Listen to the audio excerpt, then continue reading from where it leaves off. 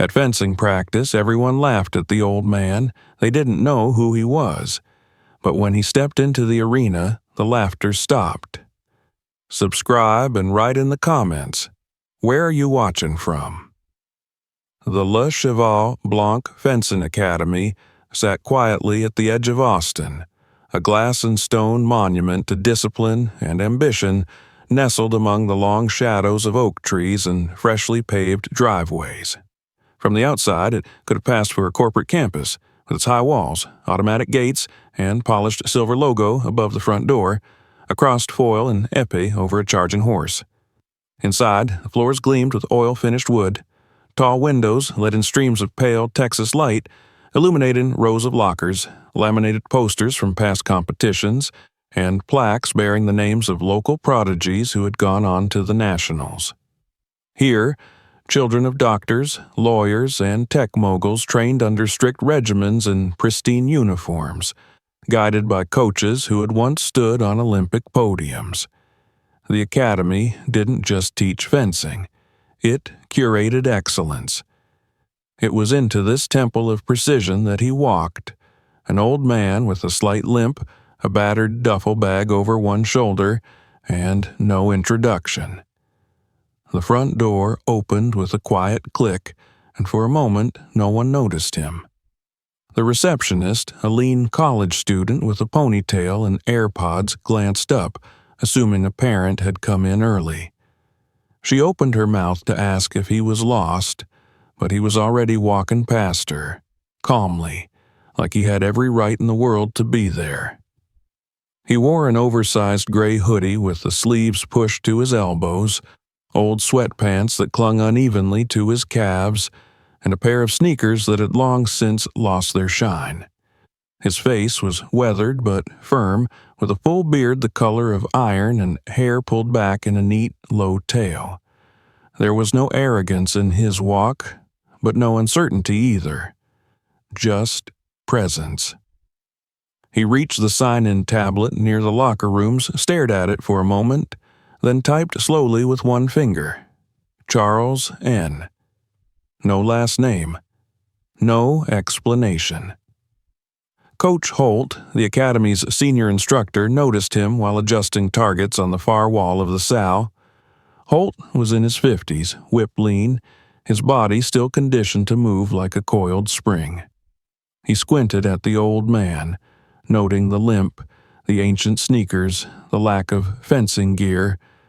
Behind him, half a dozen students were stretching, warming up for the afternoon session. Holt approached, brushing invisible dust from his tracksuit. "Can I help you?" he asked, polite but curt. The man didn't hesitate. "Just here to train." "With respect," Holt replied, "this is an advanced academy. We don't do drop-ins." Charles met his gaze, and for a split second something flickered in the stillness of his eyes. "I'm not here to impress, just want to move." It was enough, barely. Holt, who prided himself on being open-minded in theory, if not in practice, gave a non-committal grunt. "Fine, you can observe. If you're serious, we'll talk." Charles nodded once and walked to the edge of the mat. That should have been the end of it. But the moment the students caught sight of him, a man easily in his 70s, standing stiffly near the benches in baggy clothes, they began to whisper. It started with Leo, of course. Leo Harding was the Academy's rising star, a national-level sabreur with a jawline built for magazine covers and a swagger he wore like cologne. 19, brilliant, arrogant, and beloved. He leaned toward his training partner, a wiry boy named Casey, and gestured toward Charles. "Who brought Gandalf to practice?" he whispered, grinning. Casey snorted. "You think he knows which end of the blade to hold?" Leo chuckled. "Maybe he's here for Tai Chi hour." Their laughter carried farther than they realized. Charles didn't react. He simply observed, standing with his hands loosely clasped behind his back, his eyes scanning the room. Not coldly, not timidly, but like someone trying to remember something distant. When the time came for drills, Holt, perhaps out of curiosity, perhaps from some small instinct, allowed Charles to join. "Just shadow movements," he said brusquely. "Stay at the back. Don't interfere." Charles nodded and took his place at the end of the line. The class began with standard footwork drills: advance lunge, retreat, recover, circle steps. The students moved with sharp confidence, their feet slapping the floor in practiced rhythm. Charles moved too, but off rhythm, wide, imprecise. His steps were half beats behind, his lunges soft and shallow. He led with his shoulders instead of his center. To anyone watching, it looked like a man struggling to remember something he never fully learned. More laughter, this time less subtle. Casey exaggerated a misstep, mimicking Charles. Leo made a point of accidentally bumping into him during a pass. "Sorry, Pops. Didn't see you moving at glacial speed." Still, Charles said nothing. He bowed each time he stepped on or off the mat. He listened attentively when Holt corrected him, nodding without argument. He repeated the same awkward strike over and over, never flinching, never growing impatient. It wasn't what he did that stood out. It was what he didn't do. He didn't watch others for cues. He didn't smirk when others failed. He didn't seem to care that they were watching him, judging him. Only one person didn't laugh. Elise, assistant coach, 26, precise to a fault, with dark eyes that rarely missed a mistake. She watched Charles during each drill, noting with growing unease that his footing, while unorthodox, never wavered, that he never overextended, never lost balance. Even when his strikes appeared sloppy, there was something artificial in his failures, something rehearsed, like an actor playing a role. After 40 minutes, Holt called for a water break. The students broke into chatter and headed for their bottles. Charles stepped off the mat, pulled a faded cloth from his duffel, and gently wiped his forehead. He didn't limp now, not exactly. His gait had changed, deliberate even. Elise approached cautiously. "You holding up okay?" she asked. He looked at her, eyes soft but unreadable. "A bit winded," he said, "but nothing new." "First time here?" she asked, feigning casual interest. He gave a vague shrug. "First class, not the first time with a blade." She paused, hearing the distinction. Before she could ask more, Holt clapped for everyone to line up again. Elise jogged back to the edge of the mat. Charles lingered for a second, then bowed and stepped into the formation's rear. The next segment was partner rotation, light sparring, touch drills only. Charles found himself across from a tall, fast-footed teen named Lucas, who looked at him with barely concealed smirk. "Ready, old man?" Lucas quipped, raising his foil. Charles bowed. "As I'll ever be." The buzzer beeped. They began. Lucas came fast, quick jabs to the shoulder. Charles's response was slow, almost clumsy. He blocked late, missed openings, let his blade wander offline. Watching him was painful, yet something didn't quite add up. His stances, when not moving, were solid. His back was always straight. His feet didn't shuffle or slide. He looked rooted. Elise's brows furrowed. Then, for a brief instant, she saw it. Charles shifted into a stance that hadn't been taught in their curriculum. Lower, tighter, blade angled downward in a way that protected his center and cut off attack lanes. It was a stance from a different era. It lasted only seconds before he returned to the clumsy rhythm, but it stayed with her. After class, the students packed up, buzzing with energy. Leo passed by Charles with a chuckle. "Next time, maybe bring a walker. We'll get you some wheels." Charles just nodded, picked up his bag, and walked toward the locker room. He didn't look back. Elise stayed behind, pretending to check inventory. When she was sure no one was watching, she stepped out through the back door and made her way to the small, forgotten practice court behind the academy, the one no longer used for official lessons. It was surrounded by trees, half lit by a flickering lamppost. She often came here when she needed quiet. Tonight, she wasn't alone. Under the fading glow of the lamp stood Charles. He wore the same hoodie, but the hood was down now, and his sleeves were rolled to his elbows. In his hands, a wooden waster, worn, smooth, balanced. He moved with a fluid purpose, one motion melting into the next. Not flashy, not theatrical, exact, intentional, silent.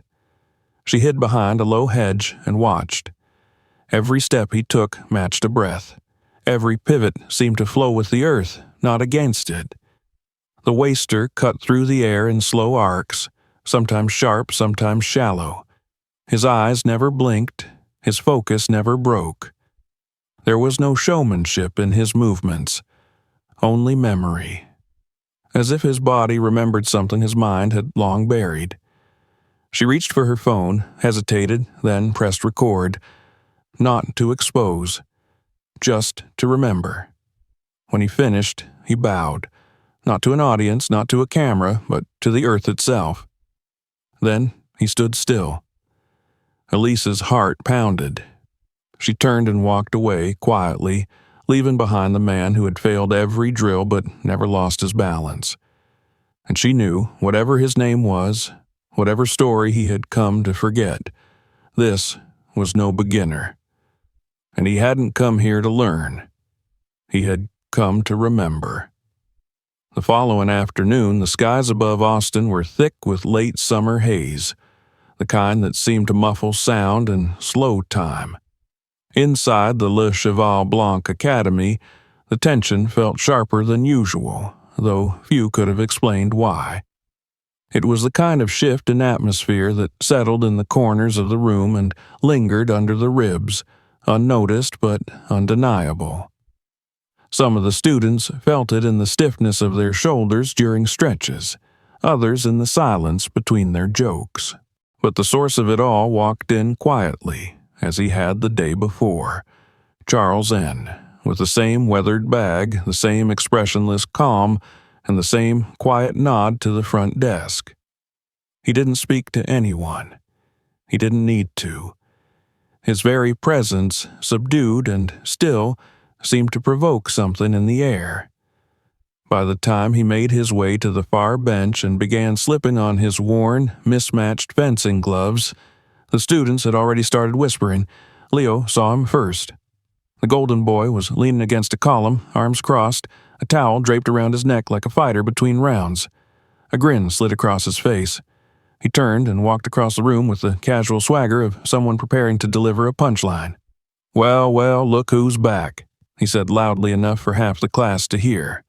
"Ready for round 2, master shuffle step?" A ripple of laughter ran through the room. Charles didn't even glance up. He was tightening the strap on his glove with methodical care. Leo clucked his tongue.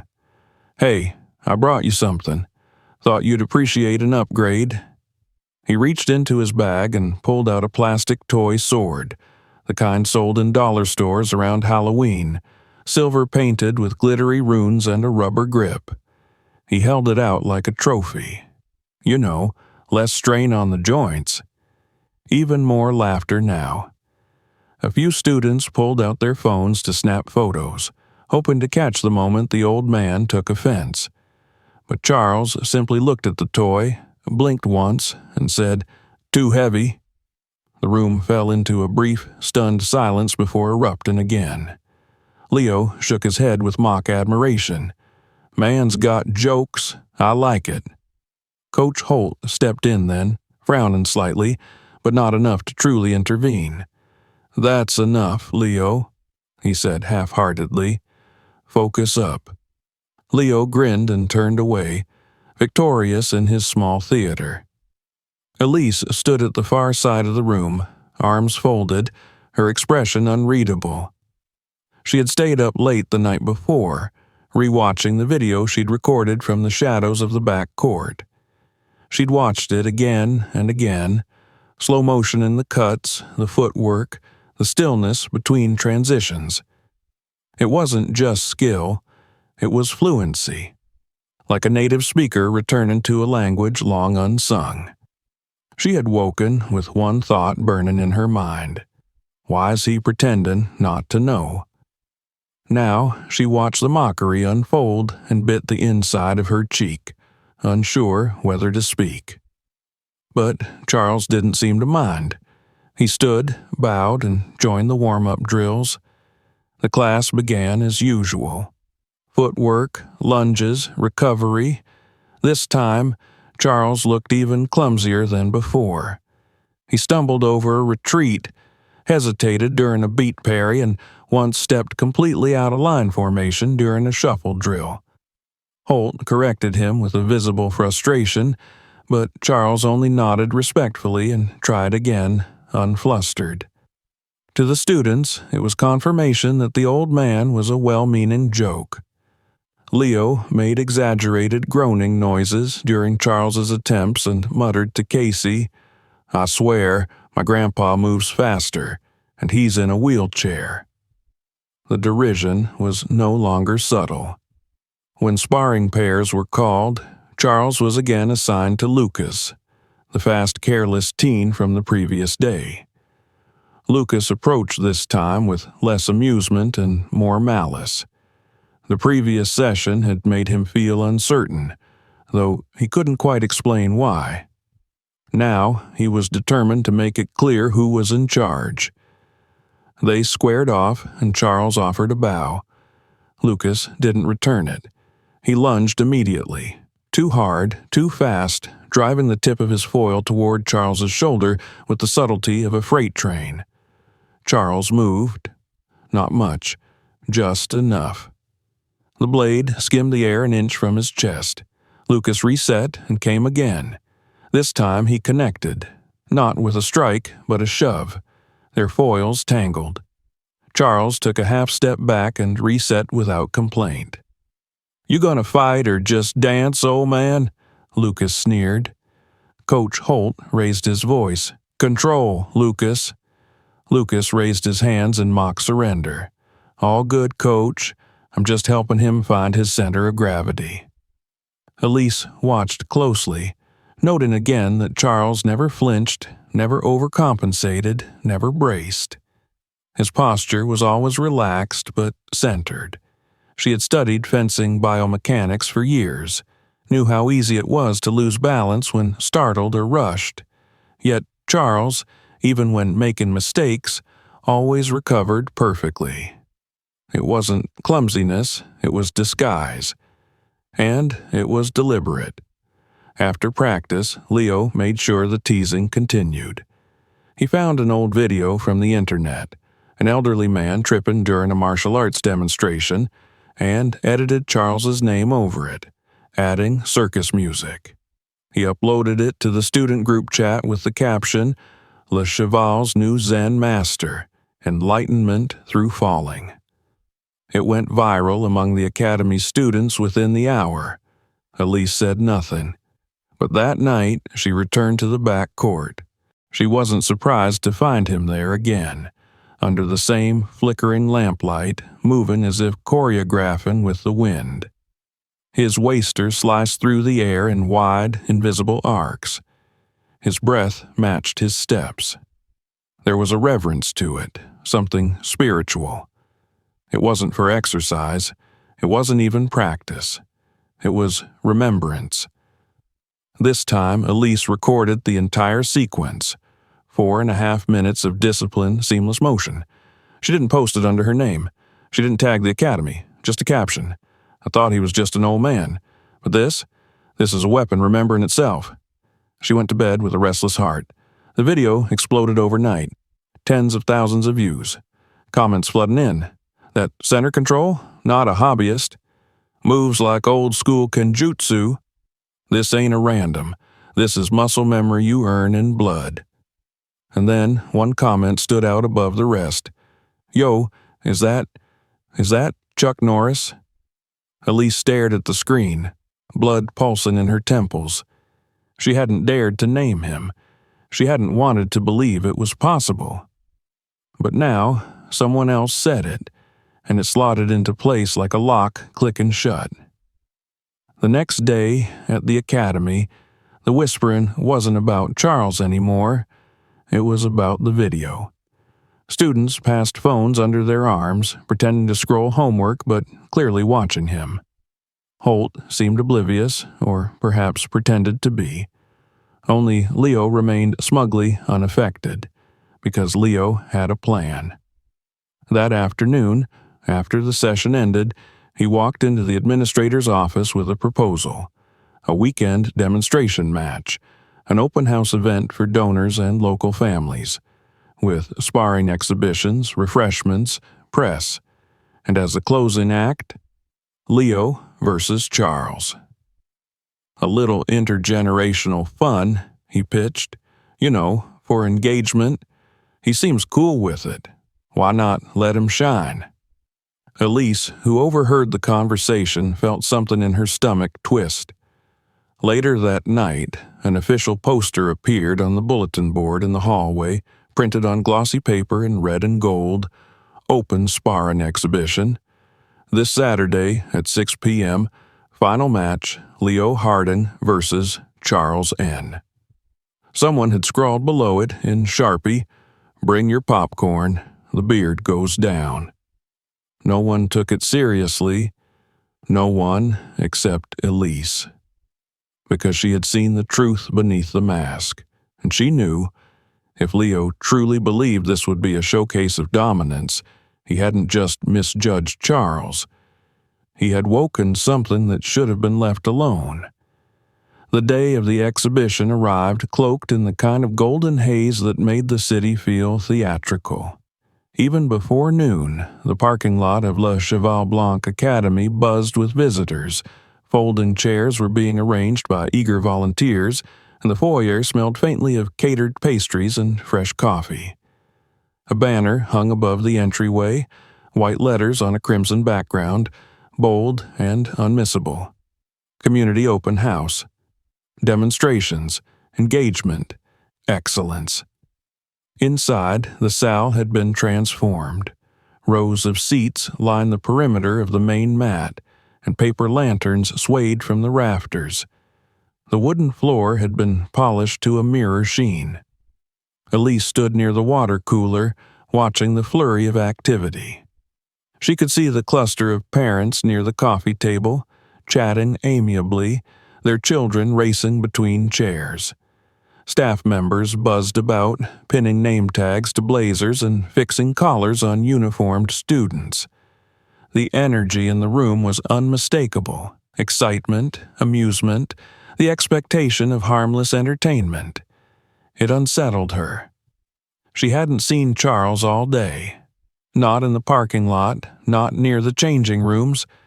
She had checked the locker room 3 times.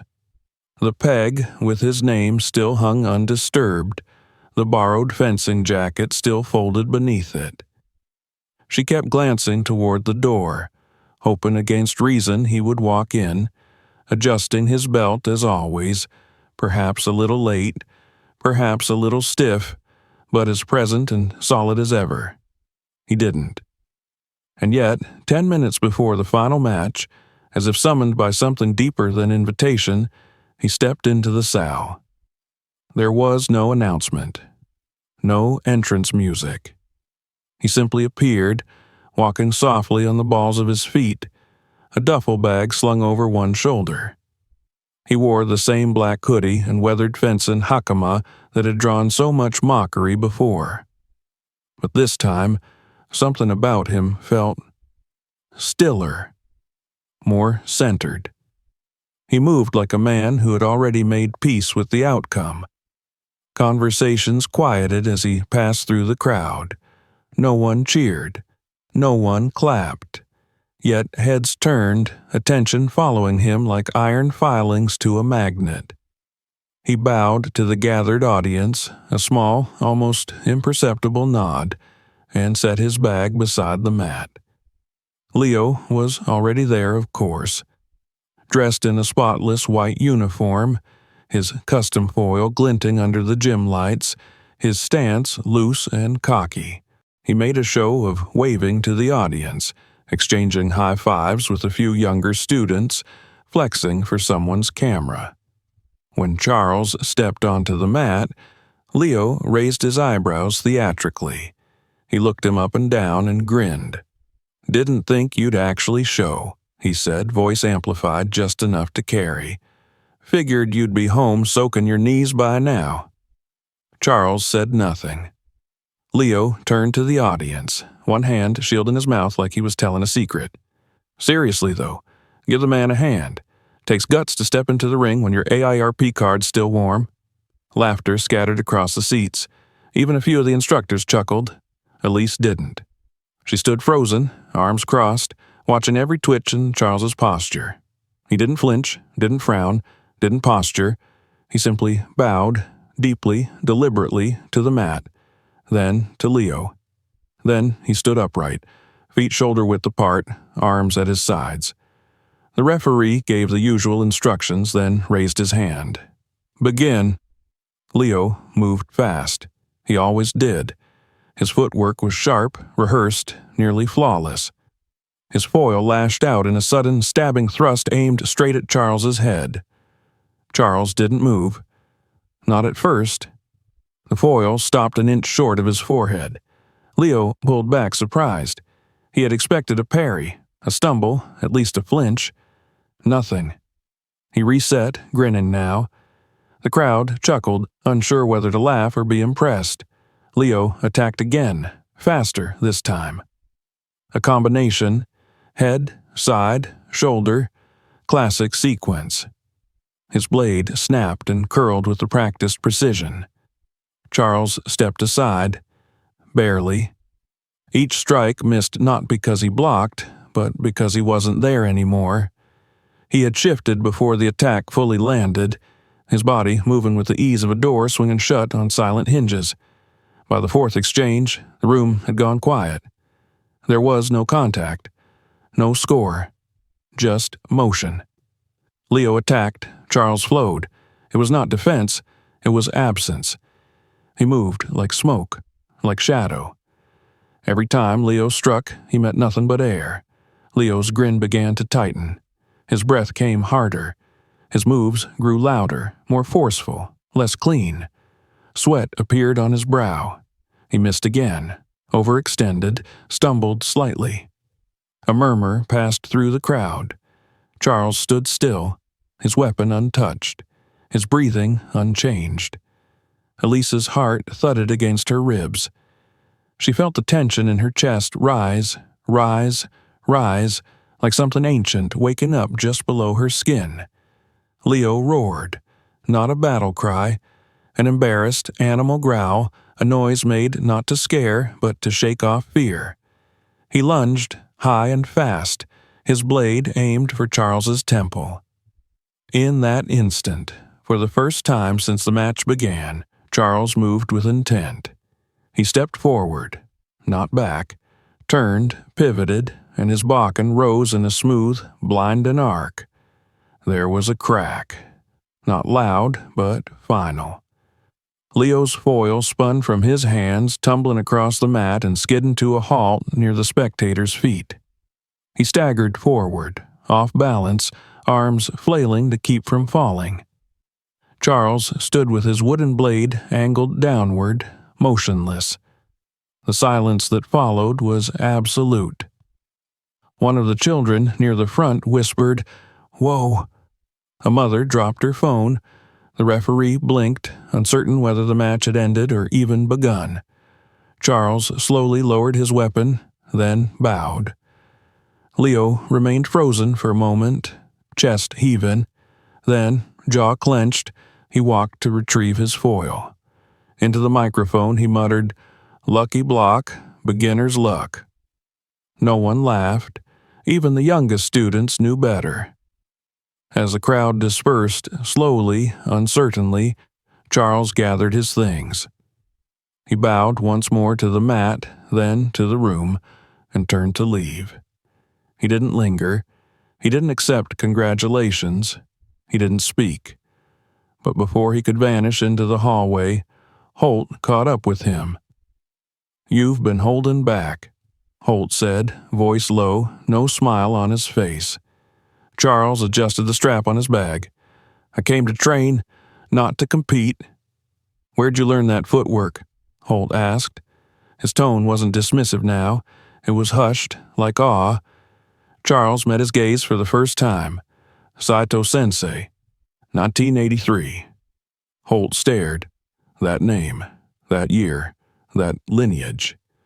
"The Tanaka line," he said, more a breath than a statement. Charles nodded once. "Before the school closed." There was a pause. Something in Holt's expression shifted. Not confusion, not resistance. Something like respect, unfamiliar and heavy. Elise waited outside the building, helmet by her hip, leaning against her bike. The street was quiet. Her mind was full. When Charles emerged, his step slow and even, she pushed off the wall and walked toward him. "You okay?" she asked softly. He looked up at the stars. His eyes didn't reflect pride or triumph, just peace. "Better than I've been in a long time." He walked away, duffel over one shoulder, his back straight, like he had never been there at all. And Elise understood. The lesson tonight wasn't for the students. It was for the teachers. By Monday, the exhilaration had faded, replaced by something quieter and more difficult to name. The academy, still echoing from the ripple of whispers and wide-eyed glances that had followed the exhibition, now seemed to hold its breath. The fluorescent lights hummed as they always had, and the waxed floor still shone with meticulous polish, but the air felt different. Something invisible had been left behind in the wake of Charles's departure, something unspoken but deeply present. Morning classes resumed as usual. Coach Holt barked instructions during warm-ups, counting off footwork drills with sharp, clipped syllables. The students obeyed without delay, but there was a subtle edge missing in their movements. Elise noticed it immediately. No one said anything aloud, but the rhythm was off, like a song they used to play by heart had suddenly changed keys without warning. At the far end of the room, near the bench by the windows, a single peg on the locker wall stood empty. Charles's nameplate still hung above it, slightly askew. His fencing jacket, folded carefully the day before, was gone. No one spoke of him. No jokes from Leo, no mocking whispers from Casey, no snide remarks passed between pairs.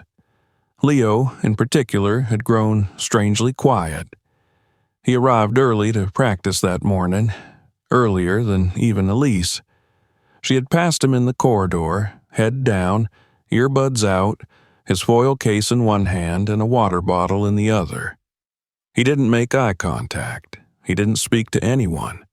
During drills, he followed instructions without a word, sweat pouring down his face long before the others had even broken stride.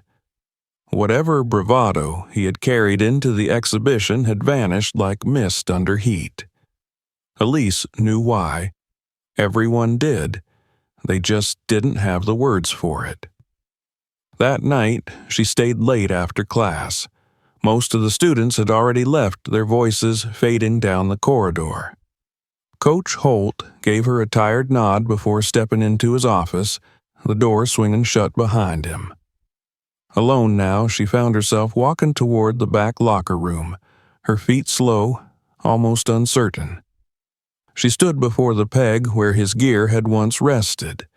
It looked so ordinary, just a nameplate, a hook, nothing more.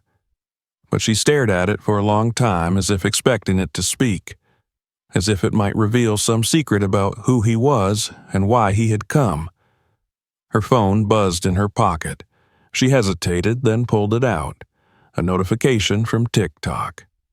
Her video, the one she'd recorded from the shadows of the back court, had passed 2.4 million views. Her heart pounded as she opened the app. The comment section had exploded. "That's not a beginner. That's years of kata. He moves like an old samurai ghost remembering who he was. Yo, that's Chuck Norris, I'd bet my life. Why would someone like that be at a public dojo? He's not showing off. He's remembering something." Elise scrolled, breath caught in her throat. She hadn't expected this. She hadn't asked for it. The world had found her little window into a mystery and yanked it wide open. And now it couldn't be shut again. A new notification appeared, a private message. No profile picture, no name, just a message. "Thank you for not tagging the location. That kata, it belonged to someone else once. It was never meant for show." She stared at the screen. Her fingers hovered over the keyboard. Before she could respond, a second message appeared. "Goodbye." The account vanished before she could reply. She sat there for a long time, staring at the phone in her palm. Then she slid it into her jacket pocket, stood up, and turned back to the lockers. And saw it. A case, leaning against her own locker, where there had been nothing moments before. It was slim, dark, made of a polished wood-grain composite. No tags, no stickers, nothing to mark it, except a single symbol carved near the handle in deliberate, slanted kanji. Loyalty. Her heart climbed into her throat. She dropped to her knees without thinking and opened it. Inside, wrapped in a soft linen cloth, lay a bokken. Not a cheap practice sword, not a decorative piece. This was something else. The wood was smooth, dark, perfectly balanced. The hilt was wrapped in red silk, knotted with expert care, tight but unornamented. The blade had weight, but not heft. It felt alive in her hands, like it was meant to be there. Beneath it, folded with precision, lay a note written in neat, deliberate cursive. Sophia. Thank you for watching without judgment. That kata, the one I practiced in the park, Saito-sensei taught it to me when I had forgotten who I was. He said it was not just a form, but a memory, a thread connecting us to those who came before. You were the only one who saw it for what it was. Don't follow my path. Find your own. But if you ever need it, this bokken will remember. Her hands trembled. The room around her faded. The lights, the walls, the sounds, all dulled. She read the note again, then placed it back in the case, folded the linen over the bokken, and closed it gently. She remained kneeling for a long time, the wooden floor cold beneath her knees, the silence around her no longer empty, but full of something sacred. That evening, during advanced class, she brought the case with her. No one asked about it. No one dared. As she stepped onto the mat, the red silk wrapped tightly around her wrist, her movements were different. Not faster, not more aggressive, but full of weight, full of meaning. Her cuts were precise, not for performance, but for presence. Her footwork matched the beat of a rhythm she had only recently begun to understand. Her balance was no longer studied, it was natural. Coach Holt noticed first. By the middle of the lesson, he had paused the group drills to observe her alone. Again, he said quietly, from the beginning. She began to move. The class fell silent. Every transition was clean. Every breath aligned with her steps. Her strikes carved invisible arcs through the air, not harsh or violent, but intentional. Her blade didn't cut to dominate, it moved to remember. When she finished, there was no applause, only stillness. Holt walked to her slowly, his face unreadable. Then, with more gravity than she had ever seen in him, he bowed. "Keep training," he said, "no matter who's watching." From that day forward, the dojo was never quite the same. No one ever took Charles's place at the far end of the line. Even when students paired off, they skipped that spot. It wasn't discussed, it just remained. Some of the students had seen the video and whispered theories in the locker room. Trevor tried to joke once, what if that really was Chuck Norris? But Dylan just looked down and said, "I don't think that's funny anymore." And no one laughed. The silence that followed meant more than any confirmation ever could. Elise came to class earlier now, stayed later, not because she hoped he would return, but because she knew he wouldn't. And that made it hers.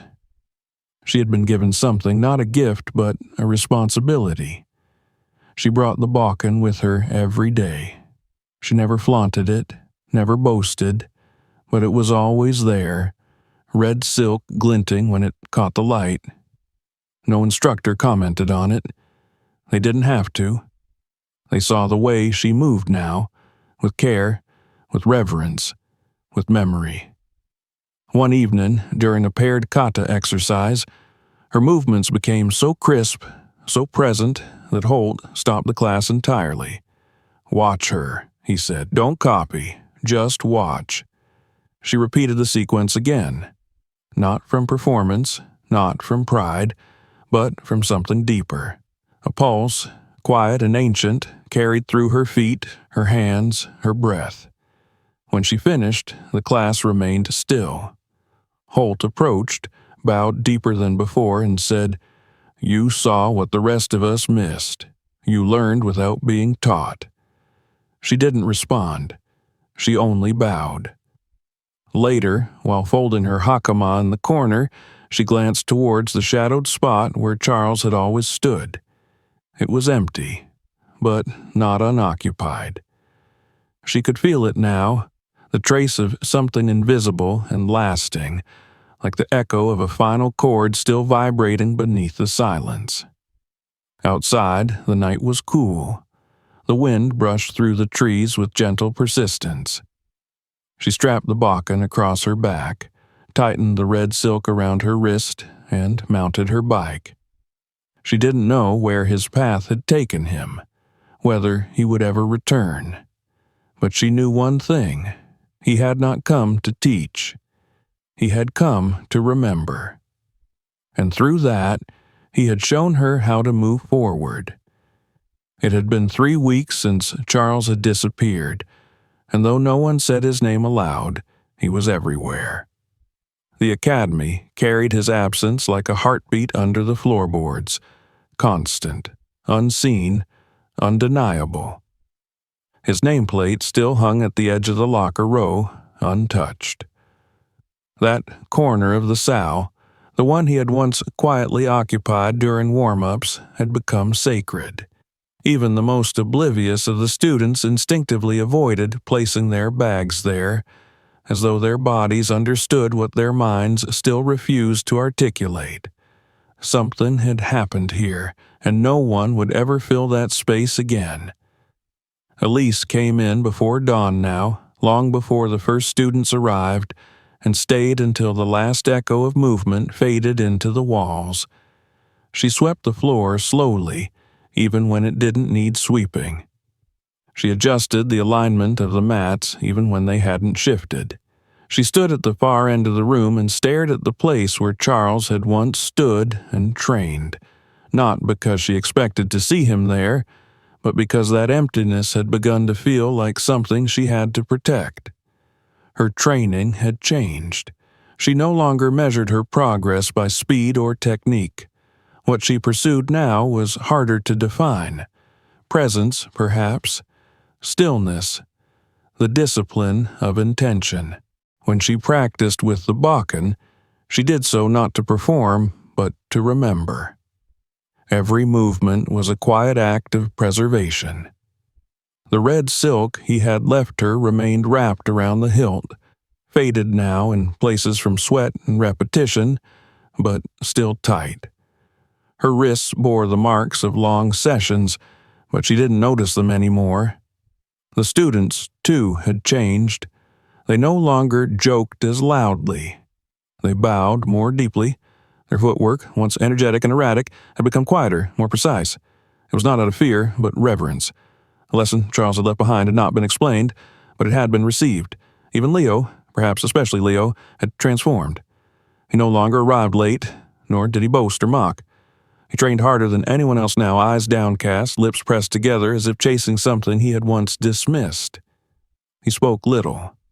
When paired with younger students, he corrected them with surprising patience. The change was so complete, so absolute, that no one dared point it out. To do so would risk acknowledging the source. Elise noticed that Coach Holt had grown quieter too. He no longer barked corrections so quickly. He observed more, spoke less. Sometimes he would watch a student's stance for long minutes before offering only a nod. Something about the air had changed him. The dojo had slowed, not in energy but in tempo, like a piece of music rediscovered and played in the key it was meant to be heard. And still, no one filled the space where Charles had once stood. It wasn't discussed.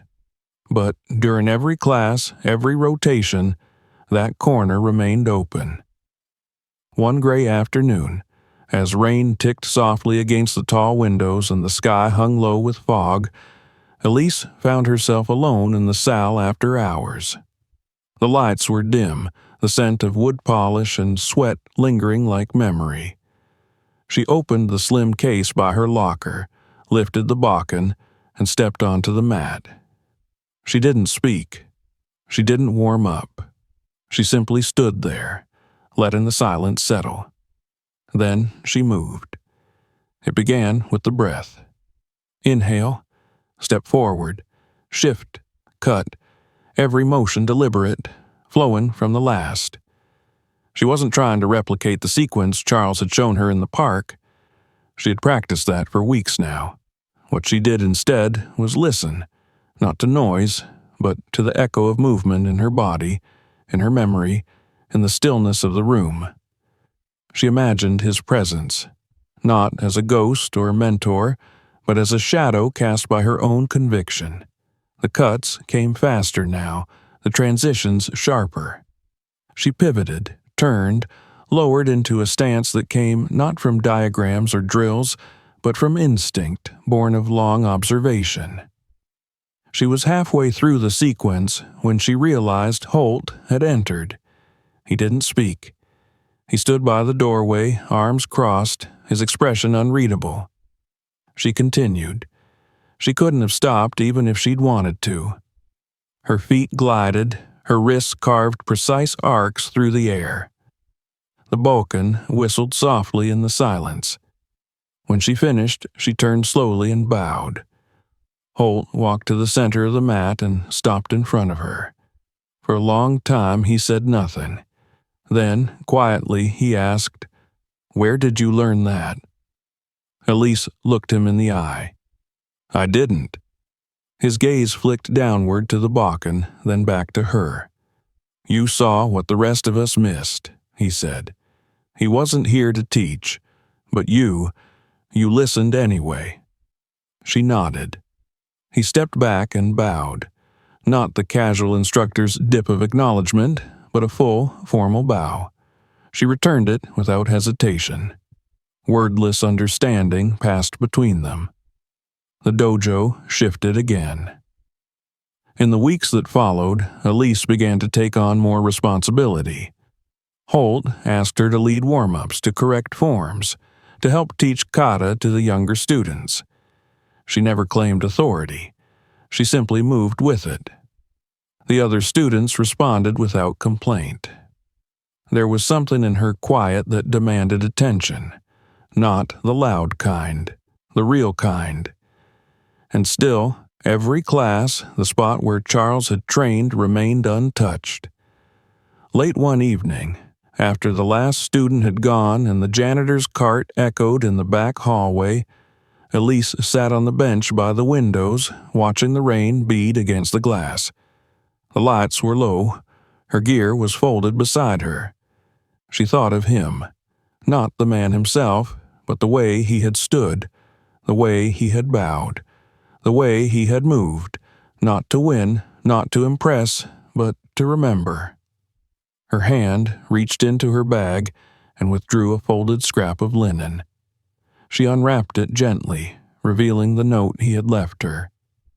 She read it again, not because she had forgotten the words, but because reading it brought her closer to the heartbeat beneath them. This Bakken will remember. She smiled faintly. The academy was quiet now, but it didn't feel empty. She stood, tightened the silk around her wrist, and walked toward the center of the mat. She would move, and in doing so, she would carry what had been left behind. Not as a student repeating someone else's form, but as a person stepping into her own. Outside, the rain continued to fall.